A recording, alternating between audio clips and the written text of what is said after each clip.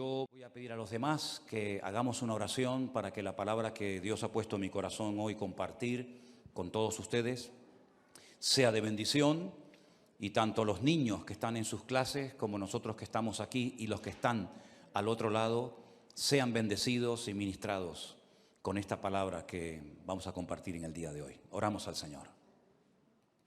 Señor, te damos muchísimas gracias por este culto que estamos celebrando en tu nombre, sabiendo que tú estás con nosotros aquí en medio, Señor. Gracias por tu fidelidad, gracias porque sentimos tu presencia, tu paz, tu calma. Y queremos pedirte ahora humildemente, Señor, que nos ayudes a exponer tu palabra y que sea de bendición para todos y cada uno de nosotros, Dios mío. Te damos muchas gracias porque siempre tu palabra nos habla, nos instruye, nos anima, nos fortalece, y queremos pedirte que una vez más sea así, Señor.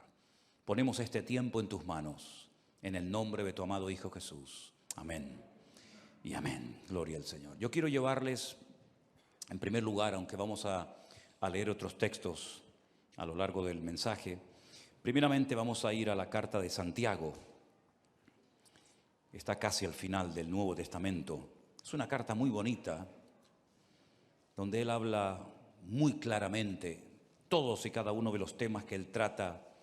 Es muy directo, muy fácil de entender. Esto no significa de que no sea profundo en su mensaje, pero utiliza un lenguaje tan fácil de entender que cuando uno lee la carta de Santiago uno disfruta muchísimo, porque uno entiende lo que lee. Cuando uno lee la palabra y la entiende, uno disfruta y goza muchísimo, ¿verdad? Él habla de muchos temas a lo largo de esta carta y parece ser que con los ricos estaba un poco picado, ¿eh? A los ricos les habla muy fuerte, porque era una época en la que las clases sociales estaban muy bien diferenciadas y los ricos en aquella época pues afligían a los pobres, e incluso algunos convertidos con mucha capacidad económica iban a las iglesias y pretendían que fueran tratados de una forma diferente, ¿no? En un trato preferencial, y eso ni al Señor le agrada y a Santiago pues lógicamente tampoco, ¿no? Y él habla mucho acerca de someterse a Dios, de buscar la sabiduría que viene de lo alto, porque también habla de una sabiduría terrenal, animal y diabólica. Pero habla de la sabiduría que viene de lo alto, la sabiduría que viene de Dios. Que dicho sea de paso, él dice que si algún hermano en algún momento de su vida necesita sabiduría, porque no sabe qué hacer, pues que la pida el Señor. Pero cuando pida, que pida con fe, no dudando. Y el Señor dice que le dará la sabiduría necesaria para tomar la decisión o para hacer lo que le corresponda hacer. Habla acerca de la lengua, habla acerca de la importancia de las obras, toca muchos temas, y en cierto sentido alguien ha dicho, o algunos comentaristas han dicho, que tiene un estilo parecido a los proverbios del Antiguo Testamento, porque salta de un versículo a otro tocando un tema, tocando otro tema, y a veces parece como que pierde el hilo, pero luego lo retoma. Es una carta muy interesante, es una carta muy bonita. Hay varias personas en el Nuevo Testamento que tienen el nombre de Jacobo o Santiago. El Señor Jesucristo tenía un hermano que se llamaba Santiago. Estaban Santiago los hijos de Zebedeo, estaban Santiago los hijos de Alfeo. Hay varias personas que reciben este nombre. Y en el capítulo 4, él toca un tema que a mí particularmente me ha llamado muchísimo la atención. Y ahora les voy a decir por qué, cuando terminemos de leer la porción. En el capítulo 4 de Santiago, desde el versículo 13 en adelante, la palabra de Dios dice así: vamos ahora, los que decís, hoy y mañana iremos a tal ciudad, y estaremos allá un año, y traficaremos, y ganaremos. Cuando no sabéis lo que será mañana, porque ¿qué es vuestra vida? Ciertamente es neblina que se aparece por un poco de tiempo y luego se desvanece. En lugar de lo cual deberíais decir, si el Señor quiere, viviremos y haremos esto o aquello. Pero ahora os jactáis en vuestras soberbias. Toda jactancia semejante es mala. Y al que sabe hacer lo bueno y no lo hace, le es pecado. ¿Cuántos dicen amén? Si algo creo que todos hemos aprendido en este último año, es que eso de hacer planes a largo plazo, como que ya no va. Ya todo es a corto plazo. Hemos visto que el mundo cambia de un día para otro con una rapidez tremenda. Hemos visto cómo la economía, las familias, las naciones, todo cambia con una rapidez tan brutal que eso, ya digo, de hacer planes a largo plazo, pues como que ya no va con nosotros. En aquellos tiempos de la Biblia en los que se escribió esta carta, el Imperio Romano no paraba de conquistar nuevas tierras. Y cuando conquistaba nuevos territorios, Roma tenía la costumbre de levantar nuevas ciudades y de invitar a la gente alrededor o de otras naciones a que fueran a vivir a esas ciudades. Y muchos judíos iban, porque el Señor les dio a ellos la capacidad de hacer negocios y de ganar dinero. Y muchos judíos iban a esas ciudades recién inauguradas para empezar una vida nueva. Y hacían planes, sobre todo con el objetivo, con la intención de ganar dinero, de hacerse ricos rápidamente, porque montarían el primer negocio de lo que fuera y lógicamente la gente tendría que recurrir a él para comprar lo que fuera. Y Santiago, observando la costumbre que había en aquella época de buscar nuevos territorios, nuevos lugares para empezar una vida nueva y ganar dinero rápidamente, fácilmente, dirige estas palabras específicamente a ese tipo de personas. Esas personas que hacían planes sin consultar con Dios. Esas personas que hacían planes a largo plazo y no metían a Dios en sus planes, sino que tenían como una especie de agenda, pero Dios no aparecía por ninguna parte. Y hay una clarísima advertencia para nosotros los creyentes hoy en día acerca de no hacer planes a largo plazo, porque es perder el tiempo y sobre todo cuando no consultamos con Dios podemos correr graves peligros. ¿Qué es la vida? Es el título del mensaje de hoy. Santiago dice que la vida es como una neblina que aparece por un poco de tiempo y cuando te das cuenta se ha desvanecido y se ha ido para siempre. La semana pasada fui a un tanatorio a darle la despedida a un hermano mucho más joven que yo, que tuvimos la oportunidad de conocerlo con 14 años y llevarlo a los pies de Cristo, y por un tumor que tenía en su cabeza, pues ya en este momento no está entre nosotros, sino que está en la presencia del Señor. Y algunos de ustedes lo conocieron, porque durante algún tiempo fue el batería de esta congregación, de esta iglesia, nuestro hermano Santi, que partía a la presencia del Señor la semana pasada. Y uno dice, Señor, una persona joven, una persona tan noble, ya no está entre nosotros, ¿verdad? La última vez que lo vi, me lo encontré en un centro comercial junto con su esposa. Nos saludamos y me pidió allí en el pasillo de ese centro comercial que orara por él. Y esa fue la última vez que lo vi. Y la próxima vez cuando supe algo de él es que ya no estaba entre nosotros. Y uno se queda como sorprendido, ¿verdad? Lo rápido que le pasó la vida a este hermano. Pero esta semana, una hermana desde Bélgica, un matrimonio precioso con su niño, que han viajado en varias ocasiones con nosotros a Israel, me mandaba un WhatsApp pidiéndome oración por su marido, que necesitaba urgentemente un milagro en su vida. Lo llamé, él está en el hospital, o estaba en el hospital, hicimos una videollamada, nos vimos y le han diagnosticado un cáncer y le han dado 3 meses de vida. Un hermano que fue al médico, se encontraba mal y el médico le dijo, esto es lo que tienes y no hay nada que hacer. Y pensando en todo esto, leyendo estos versículos, yo decía, Señor, hacer planes hoy en día a largo plazo, ¿para qué sirve? Si capaz que hoy es el último culto que estamos aquí.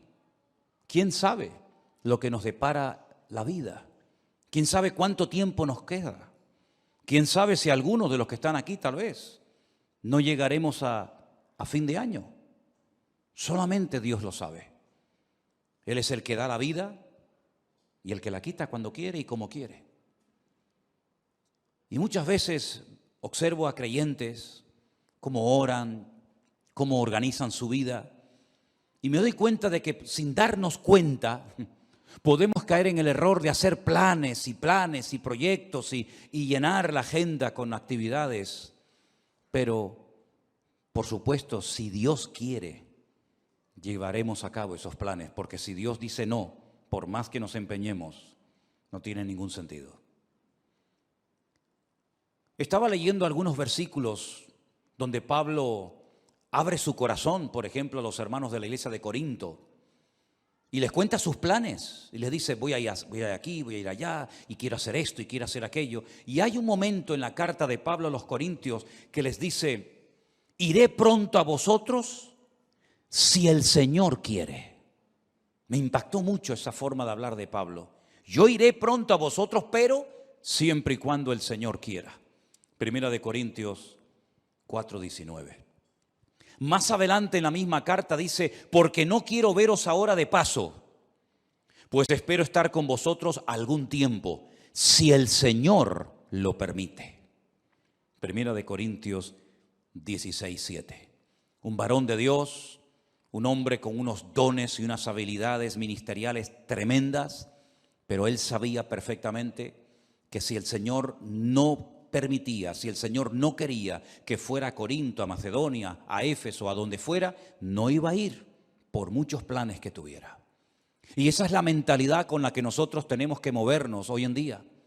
No vamos a hacer planes sin consultar con Dios, porque ya el Señor nos ha demostrado clarísimamente que la vida es muy corta y que eso de hacer planes a largo plazo no tiene ningún sentido. Eso no significa de que vamos a vivir muertos de miedo. Eso no significa de que vamos a estar inactivos y con una inseguridad constante y permanente en nuestra vida, ni muchísimo menos. El miedo no es de Dios. La inactividad no es la voluntad de Dios para nadie. Y vivir con inseguridad constante y permanente, menos todavía. Una cosa es que sepamos que el tiempo está en las manos del Señor y otra cosa es que vivamos con miedo, inseguros, de brazos cruzados. Nada que ver en absoluto. El futuro no está en nuestras manos. No controlamos el factor tiempo. ¿Saben ustedes, hermanos, que hay 533 versículos en la Biblia que hablan acerca de la importancia del tiempo? 533 versículos.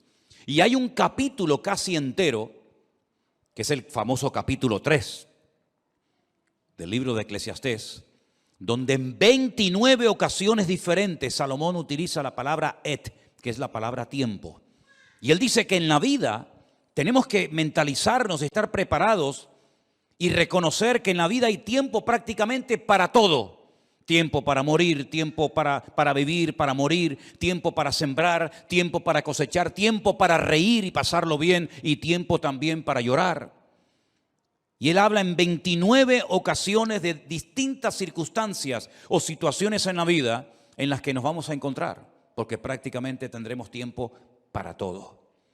Me llama mucho la atención que Pablo le da mucha importancia al factor del tiempo y llega a decir, aprovechar bien el tiempo, porque los días son malos. También Salomón en esos proverbios, tantos que escribió, hay uno que aprendí hace muchos años que es el 27:1, que dice, no os jactéis del día de mañana, porque no sabes qué traerá de sí el día. No te jactes, como diciendo, bueno, yo controlo el presente, el mañana y el pasado mañana. No te jactes, no hables así, porque tú no sabes lo que va a traer el mañana.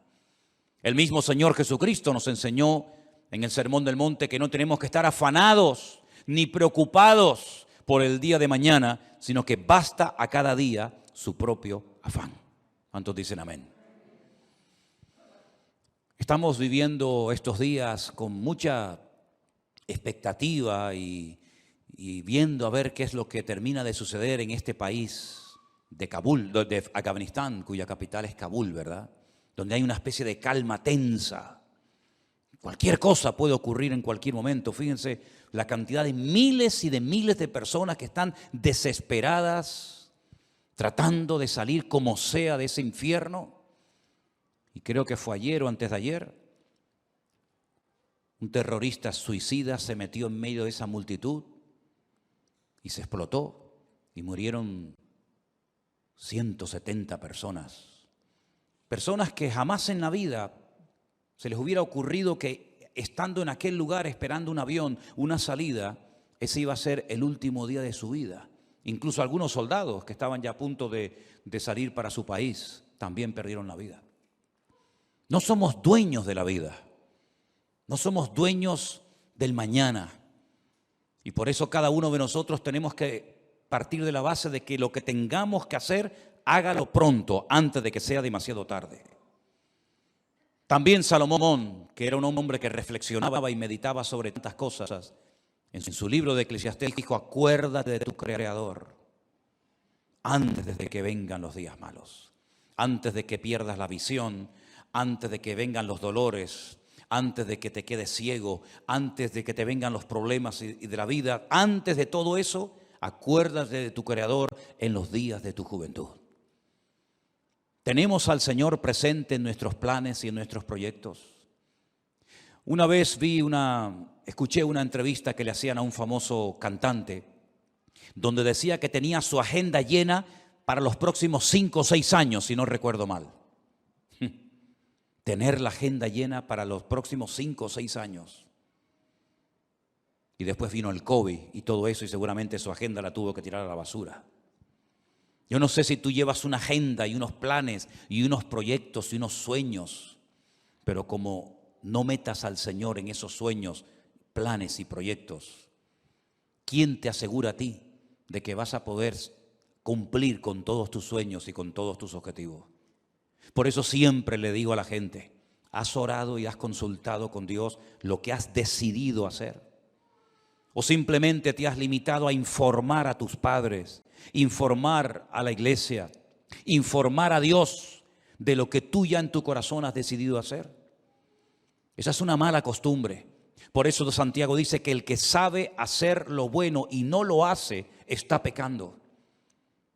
Y pecamos cuando informamos a Dios de los planes que ya hemos decidido llevar a cabo. Esa no es la actitud de un cristiano maduro. La actitud de un cristiano maduro que quiere agradar a Dios tiene que ser: Señor, esta es tu voluntad. ¿Quieres que haga esto? ¿Quieres que me dedique a esto? ¿Quieres que me quede aquí? ¿Quieres que me vaya para allá? En otras palabras, Señor, no quiero forzar circunstancias. No quiero que respaldes mis planes si no coinciden con tus planes. Que no se haga nunca nuestra voluntad, sino la de Dios en nuestras vidas. ¿Cuántos dicen amén? La vida se pasa volando. Curiosamente, el otro día Miriam estaba así como un poco mosqueada porque no le hace gracia cumplir 25 años. ¡Oh, qué tragedia! 25 años. Qué tremendo, ¿no? Si nos miramos a nosotros mismos, por lo menos en mi caso, no sé en el vuestro, a mí la vida se me ha pasado volando. Ni me he enterado, pero aquí estoy. Aquí he llegado. Pero tal vez por la actividad, tal vez porque hemos estado siempre metidos en las cosas del Señor y no hemos tenido prácticamente tiempo para aburrirnos. La vida pasa tan rápidamente que ahora te paras y dices: Señor, me queda menos de lo que ya he vivido. Incluso en el ministerio, a menos que Dios te dé una fuerza de un toro, lógicamente siempre le queda a uno menos vida de la que ya ha vivido cuando uno llega a ciertas edades, ¿verdad? Por eso qué importante ahora más que nunca, y sobre todo los jóvenes, los que todavía teóricamente tenéis muchos años por delante, que se acostumbren a consultar con el Señor todos los pasos que queréis dar. Porque nadie de nosotros está vacunado en contra de errores, en contra de equivocarnos, sino más bien todo lo contrario. Yo recuerdo pasajes en la Biblia que me han hecho reflexionar mucho, como por ejemplo un día cuando el rey David le comenta al profeta Natán que tiene en su corazón el plan, el proyecto, la idea de construirle una casa a Dios, un templo. Y llega el profeta Natán y le dice: haz todo lo que pongas, lo que sientas en tu corazón, porque Dios está contigo. Y al día siguiente tiene que llegar y decirle: Dios te dice que tú no puedes construir ese templo, sino tu hijo lo hará. ¿Qué había de malo en construir una casa, un templo a Dios? Nada. Pero los planes de Dios no eran que David fuera el que construyera el templo, sino su hijo. Para él su sueño en la vida era construirle un templo al Señor. Además, ya estaban todos los enemigos prácticamente sometidos, derrotados. Todos pagaban impuestos. Había paz en el país, todas las fronteras estaban bien seguras. Era el momento idóneo para comenzar a construir ese templo. Pero el Señor dijo no. Y él se murió con ese anhelo en su corazón de construir esa casa, ese templo al Señor. Pero le preparó todo para que su hijo Salomón lo hiciera. Así son las cosas del Señor. Unos siembran, otros cosechan, unos preparan todos los materiales para la construcción del templo, otros lo construyen. Cada uno de nosotros tenemos que consultarle al Señor si lo que estamos haciendo con la única vida que tendremos, que es esta, porque con la otra vida no contamos, en el sentido de que allí no vamos a mandar nosotros, pero con la única vida que nosotros podemos tener un mínimo de voluntad, tenemos que acostumbrarnos a someter todo absolutamente a Dios.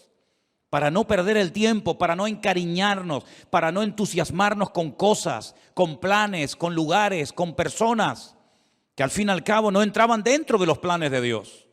¿Qué sentido tiene invertir mi vida, mi tiempo, mi energía, mis dones, mi juventud en algo para lo cual yo no nací?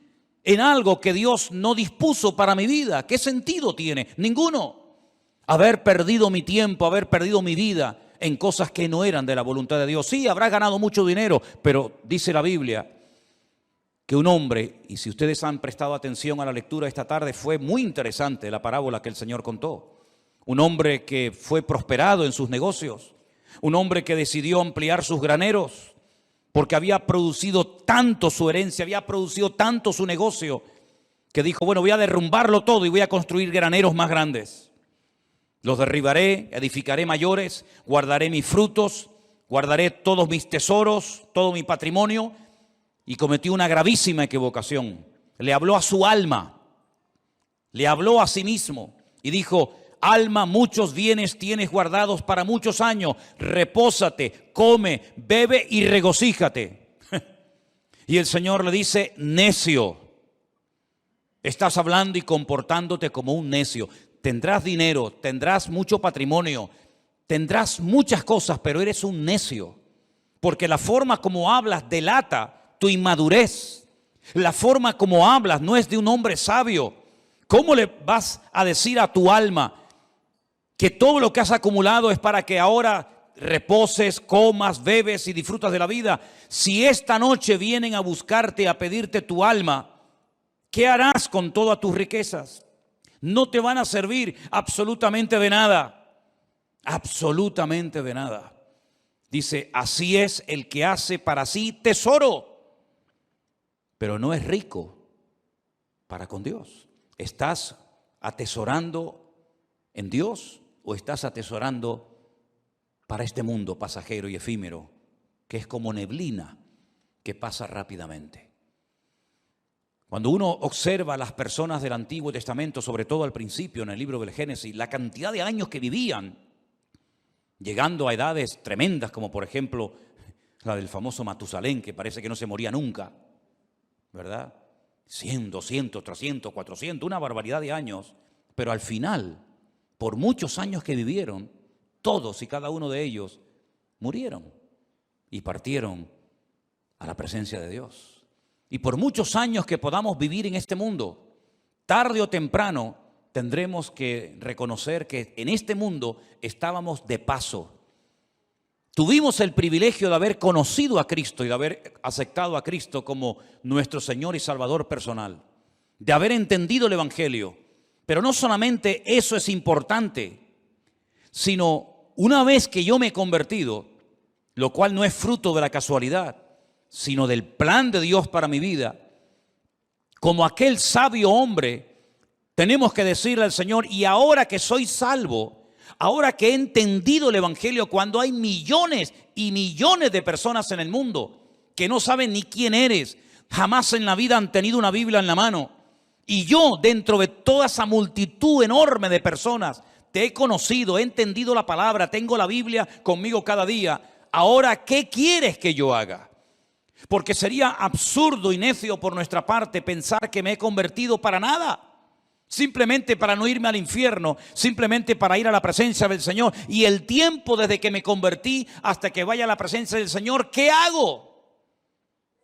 Puede ser que en algunos casos algunos tienen que seguir haciendo y dedicándose a lo que hicieron antes de convertirse. No digo que no.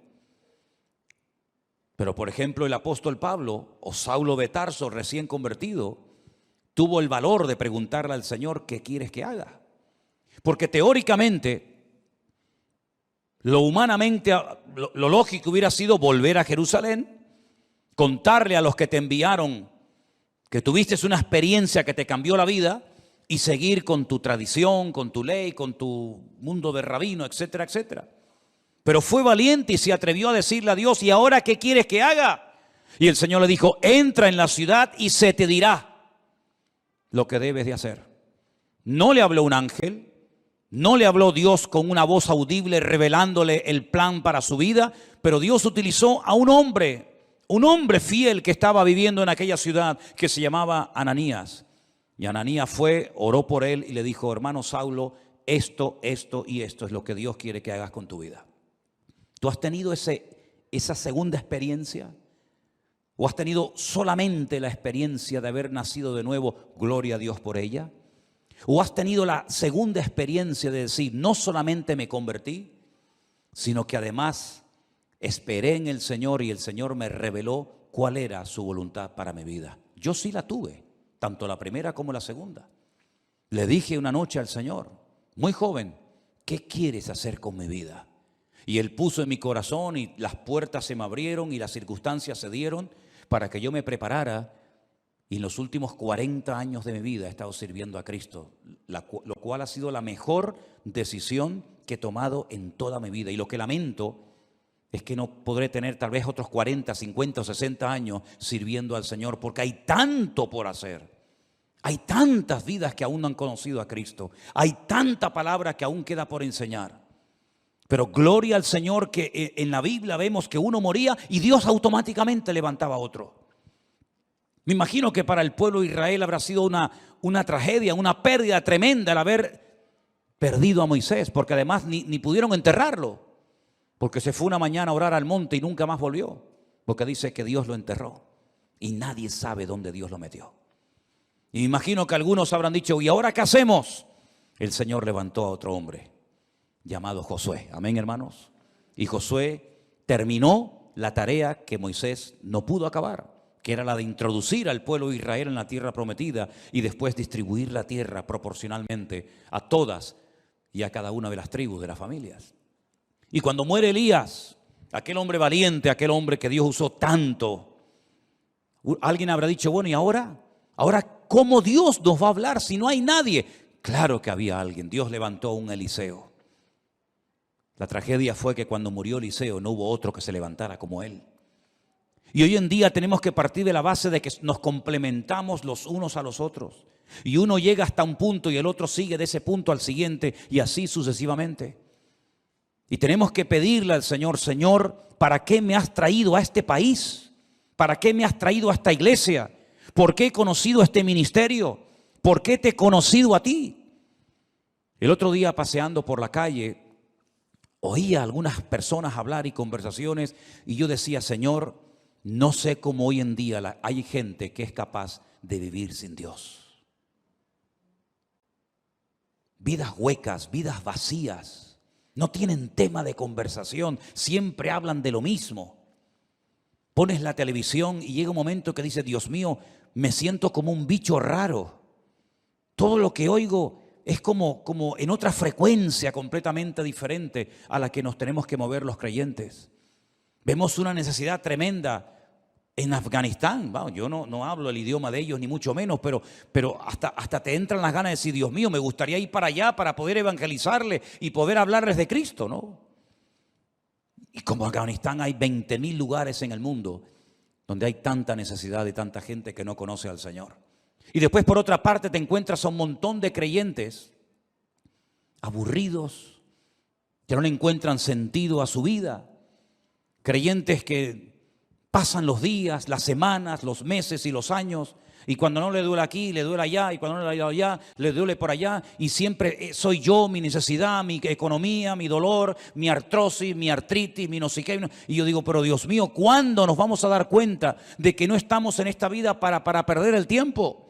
Sino que estamos en esta vida para cumplir con el propósito por el cual tú permitiste que yo naciera y volviera a nacer de nuevo al conocerte a ti. ¿Qué es la vida? Neblina, lo dice bien claramente la palabra de Dios. Es una neblina. Cuando te das cuenta, llegas a los 25, a los 30, a los 40, a los 50, a los 60, a los 70, a los 80 y vamos a parar ahí. Y uno dice, ¿y qué son 80 años? ¿Qué son 90 años? Me acuerdo un día fui a ver a mi abuelo en los últimos días ya de vida que le quedaban. 106 años tenía en ese momento cuando hablé con él y se me queda mirando y me dice, ¿y yo por qué vivo tanto? ¿Por qué vivo tanto? No me muero nunca, me dice. He enterrado a todos mis amigos, he enterrado a montones de gente. Y se cumplió aquello que decía mi padre, el viejo, el abuelo nos va a enterrar a todos, porque todos se morían menos él. Pero al final murió, se le acabó la pila. Y uno dice, madre mía, 106 años. ¿Y qué son 106 años? No es nada, es neblina que pasó. Duró un poco más la neblina ese día, pero al final la neblina terminó también disolviéndose. Hay un versículo en la Biblia, en el libro de Eclesiastés, vengan conmigo por favor al capítulo 3, muy interesante, donde Salomón, reflexionando acerca de lo que es la vida, las distintas circunstancias, momentos y experiencias que vamos a tener, él dice lo siguiente: ¿qué provecho tiene el que trabaja de aquello en que se afana? Eclesiastés 3:9. ¿Qué provecho tiene? ¿Cuál es el objetivo? ¿Cuál es la finalidad de aquello en lo que me afano? Dice Salomón, yo he visto el trabajo que Dios ha dado a los hijos de los hombres para que se ocupen de él. Todo lo hizo hermoso en su tiempo y ha puesto eternidad en el corazón de ellos, sin que alcance el hombre a entender la obra que ha hecho Dios desde el principio hasta el fin. Yo he conocido que no hay para ellos cosa mejor que alegrarse y hacer bien en su vida. Y también que es don de Dios que todo hombre coma y bebe y goce el bien de toda su labor. He entendido que todo lo que Dios hace será perpetuo. Sobre aquello no se añadirá ni de ello se disminuirá, y lo hace Dios para que delante de él teman los hombres.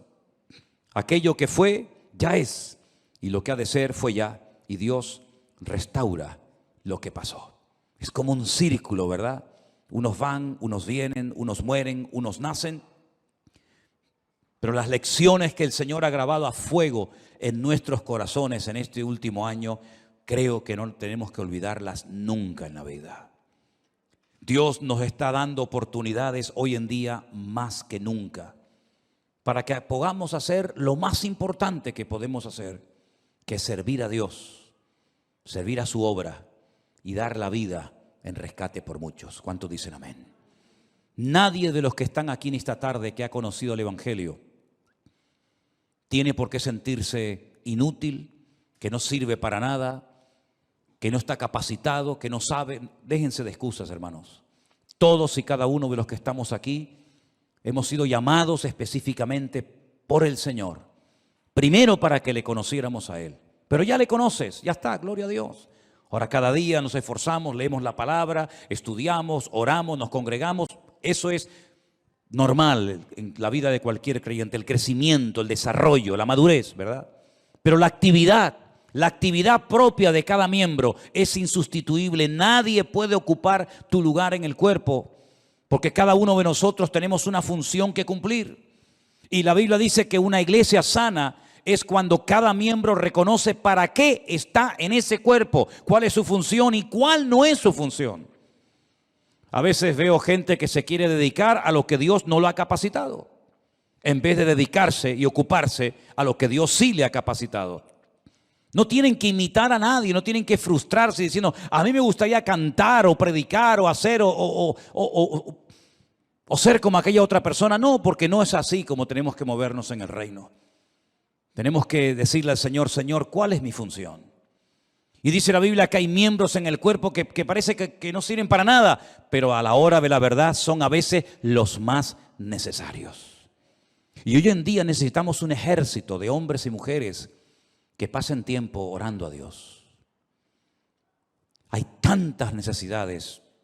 Una de las cosas que más me golpea el alma cada día es cuando recibimos cientos de peticiones de auténticas tragedias, de niños que se están muriendo, de familias destrozadas, de gente que le han diagnosticado un cáncer, de gente que se encuentra, y es todos los días, peticiones y peticiones y peticiones, y necesitamos un ejército de personas que tomen conciencia de la realidad del mundo espiritual. El mundo espiritual está cambiando de una forma galopante, tremenda, y espero equivocarme en lo que voy a decir, el tiempo lo dirá, pero probablemente cambios aún más brutales, más bruscos que los que hemos experimentado en este último año están en el horizonte. Desde hace años, simplemente para ponerles un pequeño ejemplo, desde hace años Israel viene advirtiendo al mundo del peligro de que una nación árabe se haga con armas atómicas. No hay ninguna nación árabe hoy en día en el mundo que disponga de armamento nuclear, ninguna. Pero hay una que Israel viene años diciendo están preparándose para tener su armamento nuclear, y me refiero concretamente a Irán, la antigua Persia. El Estado Mayor del Ejército de Israel acaba de anunciar hace unos días algo que muchas veces no aparece en los medios de comunicación, que en menos de 2 meses se calcula que Irán ya puede tener su armamento nuclear preparado y dispuesto. ¿No les ha sorprendido la velocidad y lo rápido con lo que están saliendo los soldados norteamericanos, por ejemplo, de Afganistán, donde han estado 20 años?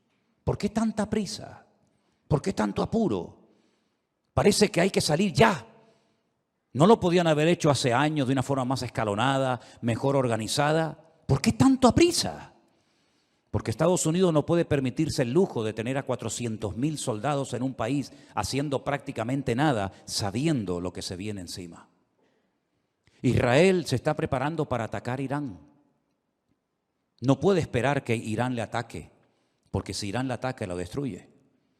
Israel tiene que pegar primero para no ser destruida. Si en los próximos meses, como se comenta, Israel decide atacar Irán, porque sabe que le queda poco tiempo, menos de 2 meses, para decir vamos a por ellos, el mundo va a cambiar completamente. Por eso cuando veo a creyentes hablando de vanidades, de modas, de cosas ridículas y absurdas, yo digo, pero no son conscientes de la que se nos viene encima. Si este hecho, que espero que se dilate en el tiempo, se va a llevar a cabo en los próximos meses, nuestra vida va a cambiar para siempre. Y puede ser el inicio perfectamente de una tercera guerra mundial, donde se van a utilizar una serie de armas que no se han utilizado jamás, y donde los bloques bien posicionados, los chinos, los rusos, los árabes, Occidente, Oriente, ya cada uno sabe dónde colocarse y qué fichas mover en el tablero. Por eso lo que tengamos que hacer, queridos hermanos, vamos a hacerlo pronto, porque el tiempo se acorta y no hay tiempo que perder. Y la palabra del Señor nos enseña que Cristo viene pronto, pero antes de que el Señor venga, dará un tiempo de gracia para que el hombre conozca el Evangelio. Pero dice, ¿cómo creerán si no hay quien les predique. No tenemos que decir que no ha habido personas que se han convertido, vamos a decir, entre comillas, solas. Sí, hay algún caso por ahí, sí. Alguna persona que se compra una Biblia, que viene a una iglesia, sí, pero son los menos. El sistema de Dios es que la iglesia se ponga las pilas y predique el evangelio a tiempo y fuera de tiempo. Y la Biblia dice que antes de la venida del Señor habrán una serie de señales que ya se están dando y que probablemente muchos de nosotros las veamos y por lo tanto ya no hay tiempo que perder. Sé sabio con la utilización de tus recursos económicos. Sé sabio con tu tiempo. Organízate de tal manera de que tengas tiempo para estudiar las profecías, para prepararte, para servir al Señor. Y mira, y cualquiera, sea pastor o no sea pastor, lleves un año, lleves poco tiempo, cualquiera puede ir a una librería cristiana y comprar 100, 200 Nuevos Testamentos, Biblias, y salir por el barrio un día y regalárselas a esos jóvenes que están ahí en la calle, o al señor que está en el bar que saludas todos los días. Cualquiera de nosotros puede acercarse a una persona y decirle, oye, mira, quiero regalarte algo que te va a venir muy bien, un libro, una Biblia, un Nuevo Testamento, invitarlo un día al culto, darle una tarjeta, que hay cientos de tarjetas todavía por ahí sin repartir, donde aparece la página web de la iglesia, los canales de Facebook y de YouTube, para que puedan escuchar la palabra de Dios. ¿Sabes cuántas miles? Y ya puedo hablar de miles, ¿Sabes cuántas miles de personas viendo las redes sociales se han reconciliado con el Señor y han conocido a Cristo como su Señor y Salvador personal en este último año? Es incontable el número. Es incontable. Me decía uno de los colaboradores que tenemos en Centroamérica, en Costa Rica, dice, pastor, es imposible controlar esto, ya perdimos el control. Ya ni siquiera los grupos de WhatsApp nos sirven porque ya hemos llegado a un límite en el que ya ahora tenemos que comenzar a meter a la gente en otros sistemas porque ya el WhatsApp se nos ha quedado corto. Cientos y cientos y cientos y cientos, miles de personas. Me decía Priscila el otro día, que es una de las que atiende los correos, un promedio de 100 y pico correos cada día, ¿sí o no? Necesidades, peticiones, vengan para aquí, queremos bautizarnos, queremos casarnos, queremos abrir una iglesia, queremos que nos visiten todos los días, todos los días, todos los días. Por eso, mis queridos hermanos, no hay tiempo que perder. ¿Qué es la vida? Es neblina que se pasa, pero mientras estemos con vida, podemos ser útiles en las manos de nuestro Dios. Si usted se quiere dedicar a sus cosas sin tener en cuenta al Señor, sin meter al Señor en su agenda, Dios le bendiga. Pero necesitamos urgentemente de hombres y de mujeres que se tomen en serio este tiempo y que sepan que queda poco tiempo. Ya sé que es como un tópico, ¿no? La iglesia viene diciendo, los predicadores, los pastores, venimos diciendo hace años que queda poco tiempo, pero hermanos, hay que ser ciego, hay que ser una piedra para no darse cuenta de que nuestro mundo se está cayendo a pedazos. Cualquier momento que pongas la televisión te das cuenta de que el mundo está perdido. Sodoma y Gomorra está por todas partes. Las presiones, las tentaciones, la manipulación, etcétera, etcétera, que está viendo en nuestro tiempo, jamás en la historia lo habíamos vivido. De hecho, hasta la gente, si se han dado cuenta, hasta la gente ha cambiado. Yo hablo con gente prácticamente cada día y noto que la gente ha cambiado. Antes podías dialogar, hasta discutir de religión, discutir de Dios, discutir de Biblia, pero están como cauterizados, como robotizados. Ni sienten ni padecen.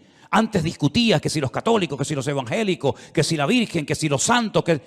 Hoy en día la gente está con una frialdad tan espectacular que ya no es como antaño, que el tema religioso, entre comillas, era una novedad. Hoy en día, ¿quién habla de Dios? ¿Quién habla de Biblia? Prácticamente nada. Es una de las señales de los últimos tiempos, la frialdad del mundo hacia Dios.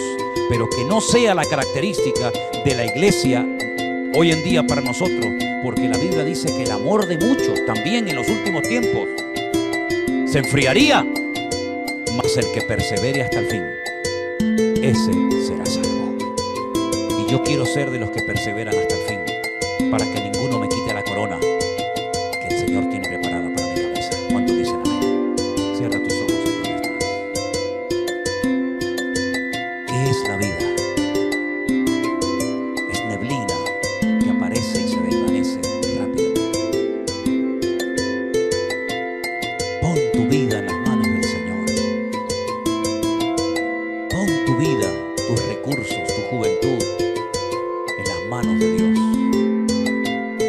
a dar cuenta de que no hay tiempo ni para estar desanimado, ni para estar triste, ni siquiera ni para pecar. No hay nada mejor que estar activo en las cosas del Señor. Si tu cabeza está todo el día pensando en lo material, todo el día pensando en lo económico, tienes un grave problema, querido hermano y hermana. Tienes un gravísimo problema. Si lo material te absorbe, si lo material te quita el sueño, si lo material te preocupa, quiere decir que no estás ocupado en las cosas del reino. Porque cuando uno está ocupado en las cosas del Señor, no está preocupado por nada ni por nadie. Y los tiempos en los cuales el Señor ha decidido que tú y yo vivamos son tiempos diferentes, muy parecidos a los tiempos de Noé, de violencia por todas partes, donde padres matan a sus hijos, donde se oyen pecados terribles que nunca antes se habían oído entre nosotros, de gente que hace locuras y le ha perdido el miedo a la muerte, le ha perdido el respeto a Dios. Y parece que cuanto más normas ponen, más fácil para algunos es quebrantarlas. Hay un endurecimiento, una frialdad, una soberbia, una arrogancia tan grande en la gente que se creen que porque tienen casa y coche y dinero y trabajo ya lo tienen todo. Y como la parábola que he contado en esta tarde, ¿de qué te sirve todo lo material si mañana te viene un infarto, si mañana te diagnostican un cáncer, si mañana te dicen que te quedan 2 o 3 meses de vida? ¿De qué te sirve el dinero? Dime, ¿de qué te va a servir? ¿De qué te va a servir tu carrera, tus estudios, tu coche, tu dinero, tu joya? De nada, de nada. Están muriendo gente por todas partes. Por todas partes está muriendo gente joven, gente mayor. Prepara tu vida, porque tarde o temprano tendrás que enfrentarte ante la realidad de que tu vida se acaba.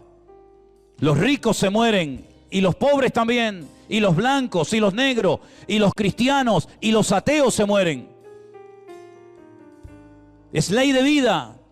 Y por eso es muy importante que tú digas, ¿qué estoy haciendo con mi vida, con mis hijos? ¿Quién está atendiendo a mis hijos? ¿Qué están aprendiendo mis hijos en la escuela? ¿Qué basura le están metiendo a mis hijos en las clases? Y tú no te enteras porque estás en tu mundo, estás en un mundo desconectado de la realidad, donde tus hijos a veces prefieren ir al amigote del barrio, hacerle la pregunta que le deberían haberle hecho a su padre, pero su padre está muy ocupado y su madre está también muy ocupada. Es tiempo de buscar a Dios. Ya no hay tiempo que perder. La gente está atontada, la gente está perdiendo el tiempo en boberías, en tonterías, y no se dan cuenta de que esto se acaba y Cristo viene pronto. Y puedes reírte, puedes burlarte, puedes hacer lo que quieras, pero la realidad es la misma. La semana pasada te acabo de decir, fui a enterrar a un amigo mío, un hermano más joven que yo. Y esta semana hablé por videoconferencia con otro hermano que le han dado 3 meses de vida y estamos orando para que Dios haga un milagro en su vida. Un hombre bueno, con un hijo, con una esposa, un hombre fiel, pero que le ha tocado esto en la vida. ¿Y quién no te dice a ti que mañana te puede tocar a ti? ¿O qué te crees que vas a vivir aquí en esta vida toda la eternidad? Estamos de paso, queridos hermanos y amigos. ¿Saben cuánta gente cada día muere sin esperanza? ¿Saben cuánta gente se quita la vida? ¿Saben cuántos jóvenes están aburridos porque no tienen nada? Ni trabajo, ni estudio, ni familia, ni nada. Es tiempo de hablar de la esperanza y de la fe que tenemos en nuestro Dios, porque solamente Dios puede salvar a España. Ningún partido político, ningún hombre puede salvar esta nación. Esta nación está en coma hace muchos años. El mundo está en coma. Las familias están destruidas. Y no es que esto sea un mensaje apocalíptico para asustar a nadie, es que hay que ser ciego para no darse cuenta. Hasta hace pocos años Venezuela era una maravilla de país. Miren cómo está hoy en día. Hasta hace no muchos años otros países donde la gente iba a buscar trabajo, hoy en día están hechos pedazos y la gente desesperada por salir. Las imágenes de esos niños en cloacas con agua putrefacta hasta la cintura, esperando que un soldado tenga un poco de piedad y de misericordia para montarlo en un avión y salir del infierno. Son realidades que están ocurriendo hoy en día en el mundo. La gente sigue pensando en el fútbol, la gente sigue pensando en sus vacaciones. Sigan jugando, sigan jugando. Pero es tiempo de buscar a Dios. No hablo de una religión, no hablo de una iglesia, hablo de Dios. Hablo de buscar al Dios vivo que puede traer esperanza a tu familia. Hablo de un Dios poderoso que puede traer esperanza a tu casa. No hablo de una iglesia, no hablo de una religión. Hablo de un Dios que te amó tanto, que murió en la cruz para que tengamos esperanza y para que no nos muramos con una depresión, amargados de la vida. Señor, en el nombre de Jesús queremos orar en este momento por las naciones de la tierra, por esta nación de España que te ha dado la espalda y con su soberbia y con su arrogancia se creen sabios y son necios, Señor, porque le han dado las espaldas a Dios, y no hay mayor necedad que renunciar a Dios y a su palabra. Señor, en el nombre de Jesús, ten misericordia de estas naciones. Usa a tu amada iglesia en este tiempo para que podamos en el nombre de Jesús llevar este mensaje de vida, de esperanza, de fe y de amor a miles de corazones que hoy están desesperados, que hoy no tienen ganas de vivir, sin trabajo, enfermos, desilusionados de la vida, hartos de todo. Señor, úsanos.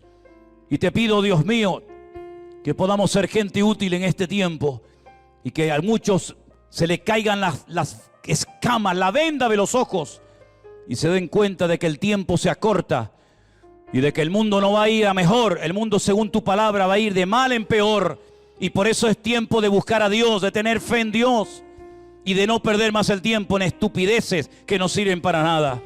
Señor, ayúdanos, guárdanos, Padre Santo, de las vanidades de este mundo, de perder el tiempo, y ayúdanos, Señor, a mantenernos firmes en la fe. En el nombre de tu amado Hijo Jesús. A ti la gloria y a ti la honra. En el nombre de Jesús. Bendito sea tu nombre.